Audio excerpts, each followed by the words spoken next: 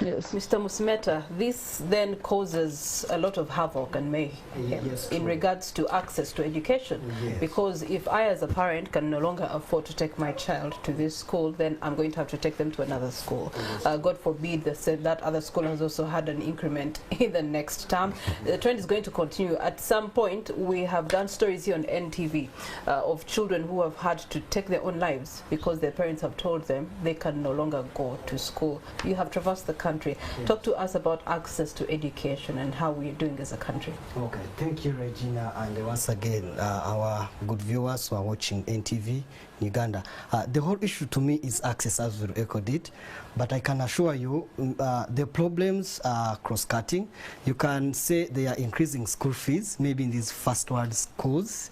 The Mike Riga has been highlighting them, but those in Buikwe, Kabong, let's go to Ntoroko, the Remisengo, Kabale Butanda, Raka Ikachera, Liantonde Kashagama. I can assure you it's not an issue of school fees because the challenges are different. Me, I'm a UPE product.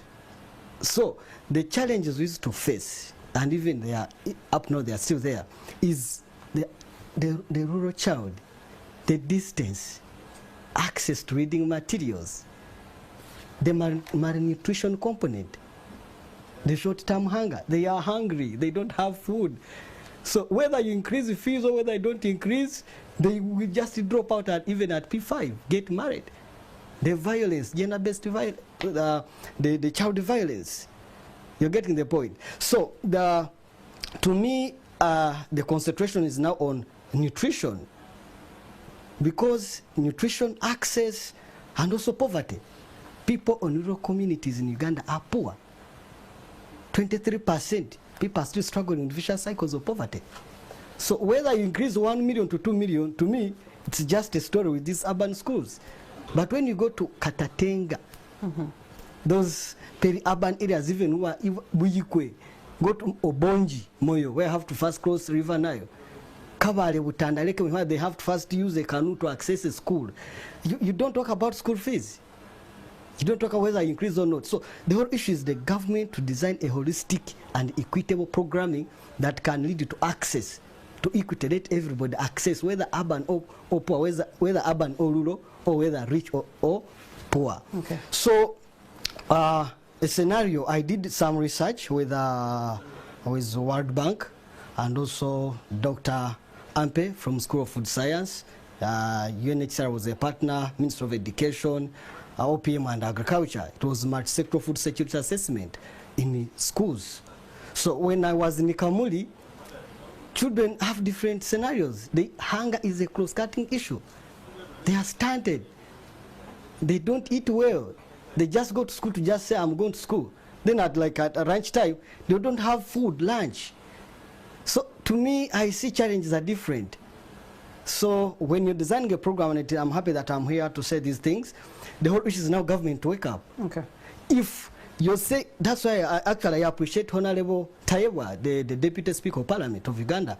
He's saying, if you say those students of Utanda, Rukunjiri, Kanungu, you have to say when you're designing a program or a policy, for example, those accessing education at senior 4, senior 6 to university, let's put a tie and say those who are from rural communities, rural districts, the poor families, the poor districts, all those who are accessing government scholarships should be allocated to those districts. Okay. These of Wudon, Amiriango. We're going to be coming back to that because I know that in one way or another it ties into the new curriculum from the ministry. Now coming back to you, Mr. Kawesa, you talked about the PTA. While I was in school, PTA was a strong arm of the government, of the school that I was in. Nothing was passed in decision that did not include the voice of PTA. For those of you that don't know PTA, PTA is Parent Teacher Association. And it has come to light to me that of debt, especially in the private sector, there's no longer PTA's recognition and adoption in the system, administration system. More so, I've come to get information that some proprietors are even using it as an element to milk money when you're having a school fees breakdown, PTA 400,000 shillings. And this is something you have seen and experienced yourself.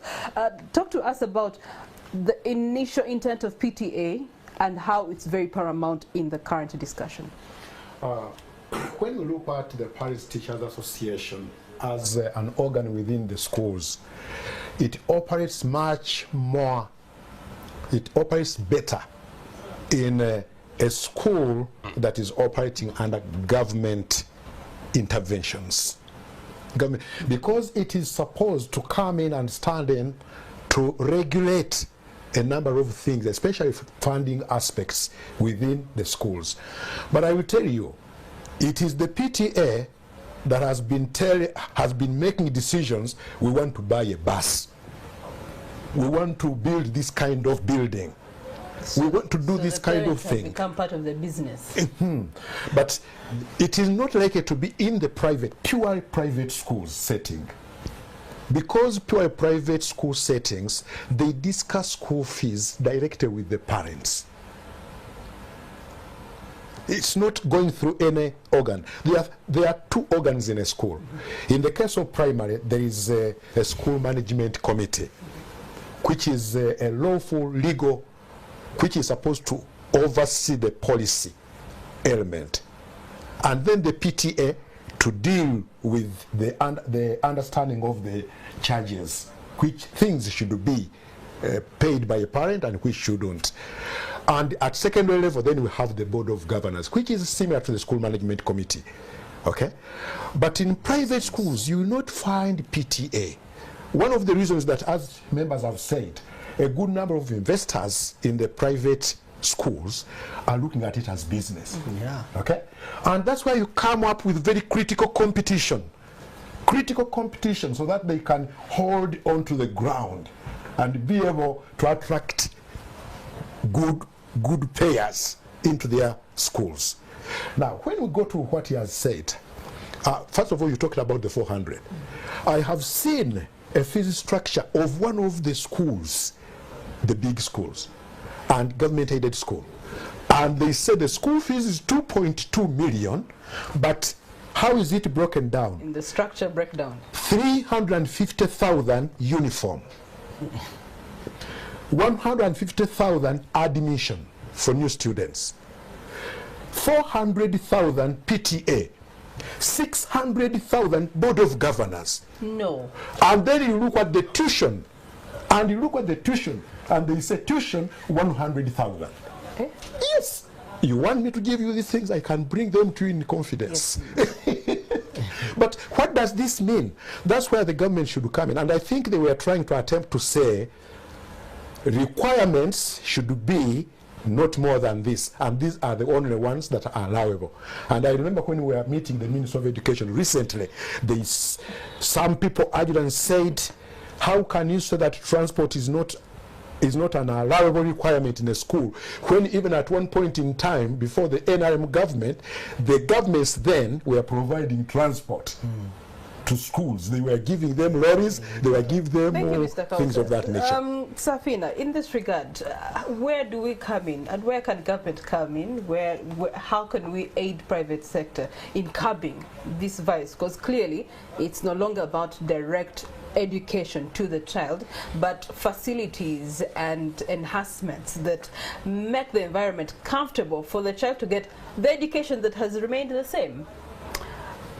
First and foremost, we have to get some things right. One, when government is making its interventions, it relies on its data.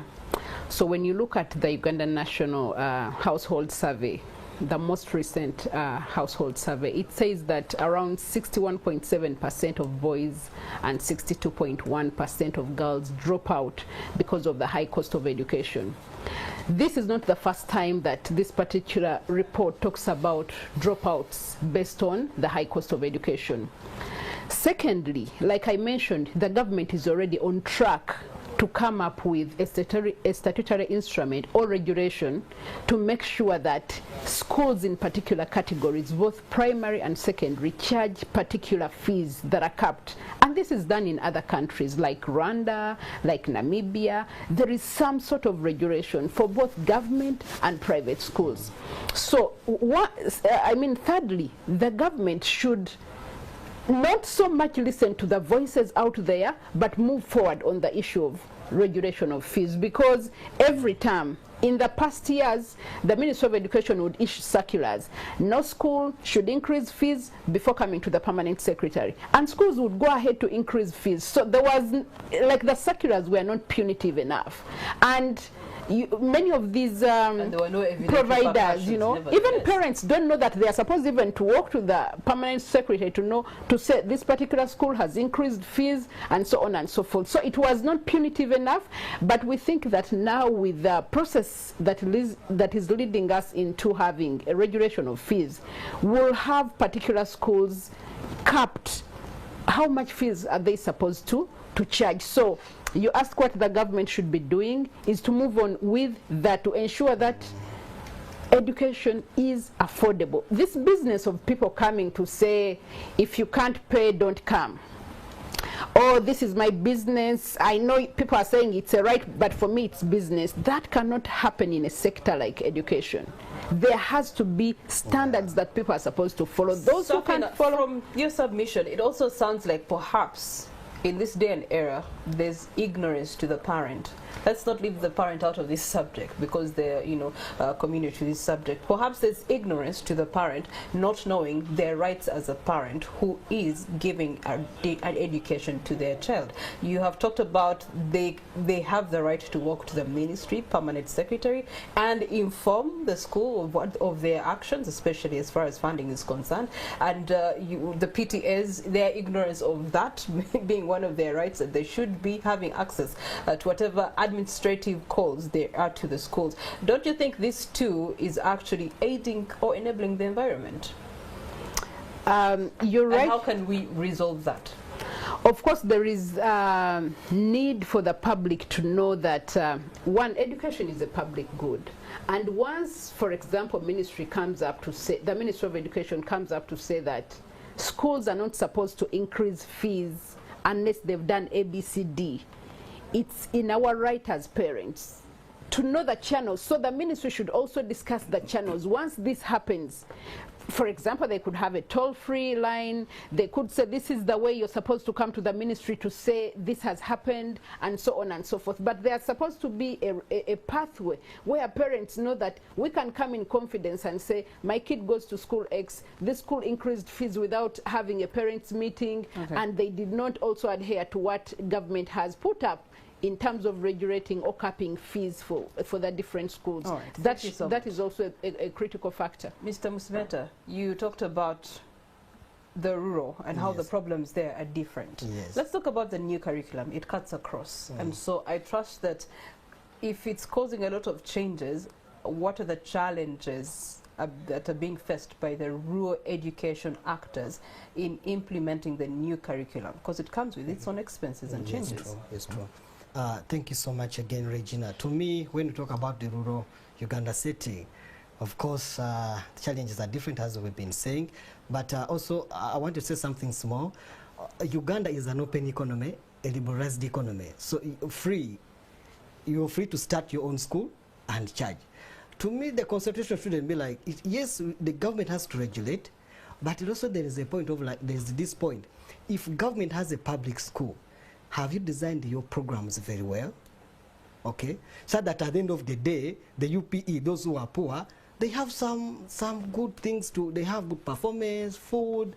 So now the rural Uganda, whereby they don't know about fees, is the garden model up programming. Is there a garden model set in UPE schools, secondary schools? Are children able to eat lunch, breakfast through the garden system? Because I see Minister of Agriculture, Minister of Education, Minister of Health, and even Office of Prime Minister, which is an oversight leader in this, and even other actors, UNICEF, they started a school model, and I was part of the research team and even the planning team. So in Kamuli, they have some schools. In Isinjiro, they are there. Even in Imbarara and in Tungamo, you get whereby just UNICEF, they support with the milk, breakfast, lunch.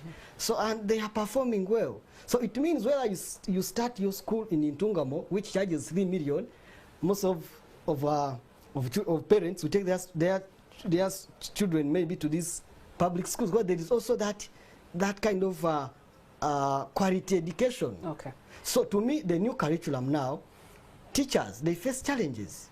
All right. Technology. Yes. So we want to appreciate the government program, for example, strengthening education systems in learning, which is a means of education, and also management for results.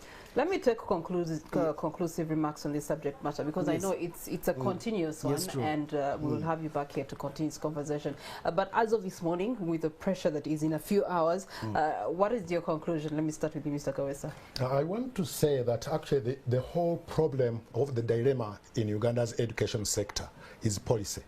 Okay. One, when we talk about the research policy, let us regulate school fees, but basing on what? All right. Where is the data? That has the government given a good explanation as to why school fees are increasing? All right. That's one.